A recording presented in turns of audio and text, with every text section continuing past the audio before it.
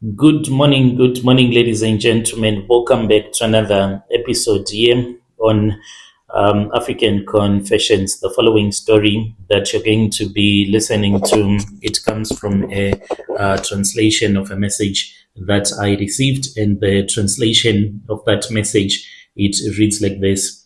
Hello, how are you, Brother Nashi? Can you please post my story as hidden identity? I have come here because I have my confession that I want to share with you. And my story, it goes on like this. I did money rituals when I was still working and staying in Botswana. And it was because one of my friend whom I had worked with in Francistown, he had bought a brand new Toyotacorrola. You won't even believe it. But back in those days, it was still an expensive car, and those that had money could afford to buy such a vehicle. So when I found out that ever since he had stopped working in the village where we were staying and working, and we were heading cattle that belonged to these other old men who did not pay us a lot of money. And then my friend, he left that village and he went to Gabs and he started working in Gaborone. And that was when he did the money rituals. Later on, when I had moved from Francistown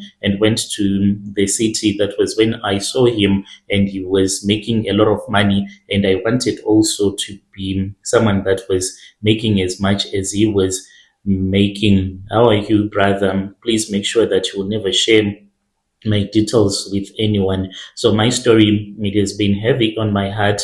It has been a very long time ever since I did these money rituals, and my kids, three of them, they died because of these money making rituals that I performed. And I wish that I'll be able to sort out everything before my current wife dies, because currently I am married to a woman that I met when I migrated from Botswana and then I came to Joburg.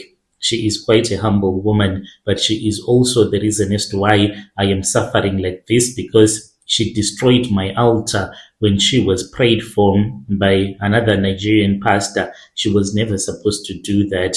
So now my snake, it is always complaining whenever I try to give it food. It vomits because of the prayers that my wife, after she had been prayed for that by that Nigerian pastor, received. They are causing all of these problems in my life. I have been experiencing all of these problems ever since in the year 2023 to this very day. And when I was still back home, I was staying with my mom and my stepfather growing up. And after my mom had passed away, my stepfather could no longer stay with me anymore. That was when I just started working in the village. I would be heading cattle that belonged to other people. And then I started to teach. This was in the year 2000, because I worked so hard, even though I would head people's house, but then I would tell them to pay for my school fees so that I can go further with my education. When I was able to work as a teacher, I thought that my life was going to change, but it was the same. Things did not even change at all. Then, by then, I was already married to my beautiful wife. But my wife, the problem with her was that she was born and she had been raised in a family that were not poor, and they had a lot of livestock, and his father used to take most of the livestock to the auction. So they always had money on them, and she did not even know what was poverty. And by the time that I took her from the village and we were now in the big city, I saw that it was a very difficult position that I had put my wife in, because she was someone that was used to be given money at all the times by her father. And whenever she would try to borrow money from me, I would tell her that I did not have anything. And this made the foundation to our marriage to start cracking. Staying in the city, it was very difficult. By then, my wife, she was pregnant for our third child. And where we were staying, we did not own any house in the city. So we would pay rentals each and every month, food to eat, and school fees for the other kids that were already going to primary school. I told myself one day, after a big argument with my wife, and I said that if I continue living a life like this, what is going to happen is that my wife, she is going to dump me eventually, and I do not want my kids to suffer. I did not want my kids to suffer. So then I then decided that it was far much better for me to go to Botswana, to leave Zimbabwe, so that I can try and go and look for a job in Botswana. I then spoke with my wife, and then I said, look at all the teachers that are working for the government, the money that they are earning, it is basically nothing. How about I go and I leave you in the village where you will be staying close to your parents as well? Then I rush to Botswana and work. Any money that I'll be getting, I'll be sending that money to you. But my wife, I don't know what happened to him, because she did not want to understand me. She told me that she was not from the rural areas. She was born to just stay in the city, to enjoy the big city. Therefore, we started to have a big fight. I lost that argument. That was when I left my country and I went to Botswana, where I started working. Whilst I was working in Francistown, that was when I met this man who later introduced me to a traditional healer after so many years. The money that we were earning, and we were staying in the villages as well in Francistown, it was not a lot. All the money that the men that we were working for would give us, we'll just finish that money just by buying food and buying some clothes, and then sending the rest of that money back home, and you'll be left with nothing. So this man that I was working with, he then said that he did not want to work in Francistown anymore, and then he left, and I was working alone. And this is what I used to do. After each and every 1 or 2 years, I would return back to Zim to visit my family, to see my wife. I could not go to Zim whenever I wanted to, because I did not have papers and also the money. So whenever I would return back home to come back into Botswana, I had to travel for a very long distance, walking in the forest, because I did not have papers until you would have reached Francistown. It was in the year 2007.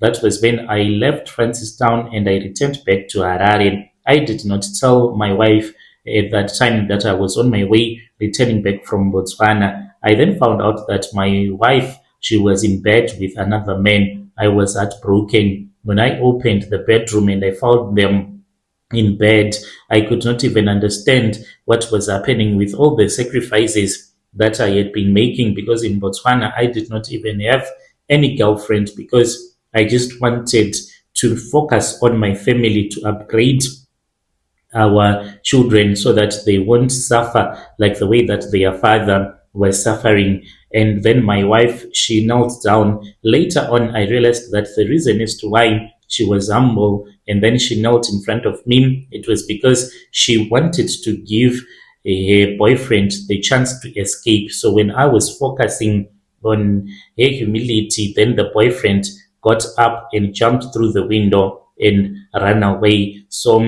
she then called her parents, and her parents spoke with me, and then they said that they were asking for forgiveness on her behalf, in which I agreed to do, because I loved my wife and I loved my children. I knew how hard it was to grow without a father and a mother, and I said that I would just sacrifice my happiness so that my kids can say that both of our parents, they are together. That is all that mattered to me at that time. But I think that my wife, when I did this, she thought that maybe I was too stupid, I was too desperate, and I would never find another woman that could love me. She did not stop cheating on me on that day, even though she had asked for forgiveness. After she had asked me for forgiveness, I said, okay, it's fine. And then that was when I said, I have some money, I'm going to return back to Gokwe, the village where we grew up staying. I'm going to speak with the village headman to see if he will be able to sell a piece of land for me so that we can build our house. My wife, she started fighting with me. She said, hell no, she did not want to leave the city. But her parents forced her and said since you have been prostituting yourself there in Harare, it is time for you to think about building your house in the village. And then that was when she agreed. So I used that little money that I had, that I wanted to give my wife later on, so that she can start a small business, to buy that small piece of land in the village. I then said goodbye to my wife once again as I left Zim, and I was headed for Botswana.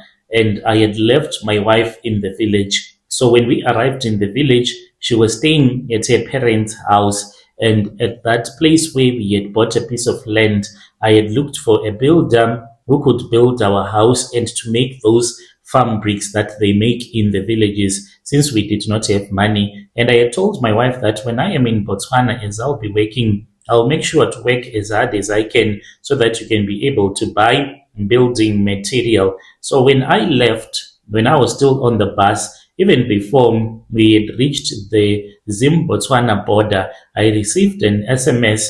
It was back in those days, there was no WhatsApp or anything. So we were using SMSs, and I received an SMS from the village headman, who then told me that your wife, she has done something that we had never heard of in this village. She was caught with this man that you hired to build your house, and this man had her bending over at this other tree, and they were busy making love, and they were seen by people. So it was so painful. Whilst I was on that bus, I started to cry because I did not know what else to do for this woman with all the sacrifices that I had done for her, and this was what she had chosen to do to me.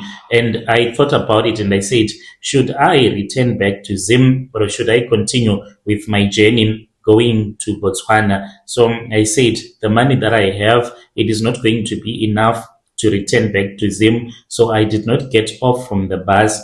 I reached Francistown, but because of what had happened between me and my wife, because she also ran away with some of the money that I had left for him, and I did not know where she had gone to. It was so painful to work for all of these years without being able to achieve anything in your life. So then later on, that was when I met Clive, and he told me that he could look for a job for me in Gaborone. And then I left Francistown and I started staying in Gabs. Whilst I was staying in the city, then I asked Clive, how was it possible that now he was a man that had a lot of money? He told me that it is because some of you do not respect your ancestors. If you do not respect your ancestors, therefore they won't be able to assist you in any kind of a way. He taught me a lot that had to do with our African tradition. And if you wanted to become rich, then you were supposed to respect your ancestors.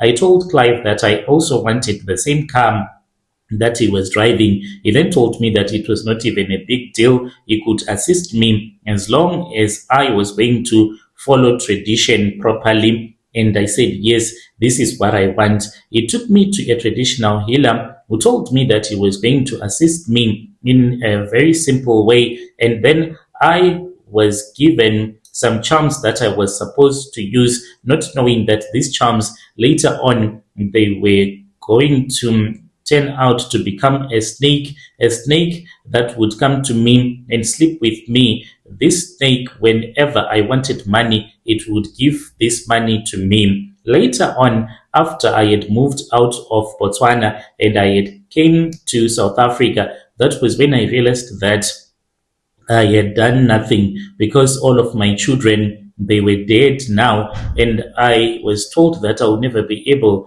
to have another child. So the woman that I am with right now, she is a South African woman, and we have been staying together since the year 2014. This woman, she is the love of my life. She has done me no harm except for her prayers. Those are the ones that have made my theologies not to work so well for me. Therefore, I have come here. I am asking for advice. If you know anyone who can help me, but the type of help that I want, if it is a pastor, I do not want to hear about pastors who will tell me that in order for me to be delivered from this I need to give my life to Christ, or I am supposed to throw away these tokologies.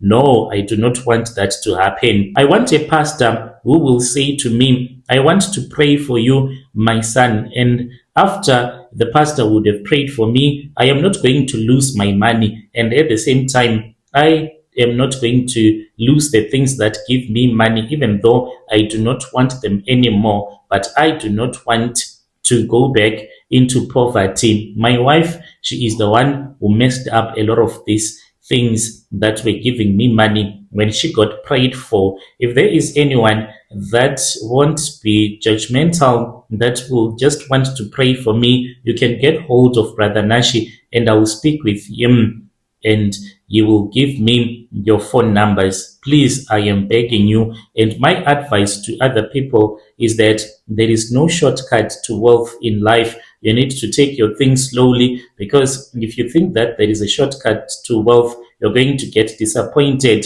and you end up being in the hands of healers that will lie to you. Dear listeners, right there was a message that was sent to me by one of our dear brother. Let us try to talk with our brother in the comment section, who is saying that I am based in South Africa now, and he is still a ritualist. He wants to give up the snake, but he does not want the snake to be destroyed alongside with all of his wealth. He wants something to remain so that he can be able to continue living the same comfortable life that he has been living so far. Let us move over to the next confession. The next confession, it reads like this. Hello, brother, how are you? Can you please post my story as anonymous? When you tell someone that this once happened to me, you think that the person is lying to you. It was the time when I was only aged 26. Right now, I am aged 36 years old. When I was 26, I was someone that was God-fearing. Then I started to be friends with these other girls. We would go to different clubs together. I was then picked up by a man who was from Nigeria, who had a very big mansion. The day when I arrived at his house for a sleepover, I could not even believe my luck. I could not believe my eyes as well. When we got to the place where this man was staying, we had to wait at the gate, for they were supposed to get a phone call from him so that I can be allowed to enter into the premises. When we arrived at this big mansion, I could not even believe my eyes. And this house, it was so big. In the garage alone, there was a triple garage, and in each and every section of the garage, there were two cars, not just your normal vehicles, expensive ones. Then on the front, there was not even space to walk because there were vehicles everywhere, and only expensive vehicles that I could see. When I got into the house, I was already madly in love with this man. We slept with each other only once during the afternoon. At night, I could not find him. I was scared because the front door was locked, so I started looking for the keys. It was around 8 p.m. when it happened, so I was not even scared. I climbed upstairs, and then that was when I heard a loud hissing in this other room. So I opened the door to that room. Then I saw that there was a bed that was in there, and it had white sheets and white pillows. And on top of the bed, I saw that there was a giant snake that saw me, and it panicked. It ran away as if it was as small as a rat. It disappeared, and I could not see it anymore. I had to break this other window that had no burglar bar, and then I just got out. And I took my handbag, my phone, my shoes, and then I left. When I was at the gate, I told them that I wanted to leave. They did not even ask me why. That Nigerian man, he never contacted me. By the time that I arrived back home, I was so scared and I was in panic mode, because I was like, what if it happens that this man tries to get me arrested because I had broken down this other big window so that I can be able to leave his house? I'll never forget that story. This man, the funny thing that happened was that he did not even contact me. He did not even do anything. And I just deleted his phone numbers when I tried to call him, and he was dropping my calls, and I knew that he did not want to speak with me. So what I did was that, brother, I just ignored him as well, and I moved on with my life. I did not see anything that happened to me. Life continued to be normal. This is my confession. When you post, you will tell me. I'll be following through in the comment section. There are people out there that rely on their money making rituals. It is not a lie. This is really happening. There are people that are doing rituals and they survive by doing that. If you have not come across such a situation, you'll think that it is just a normal story, but mine is just not a normal story.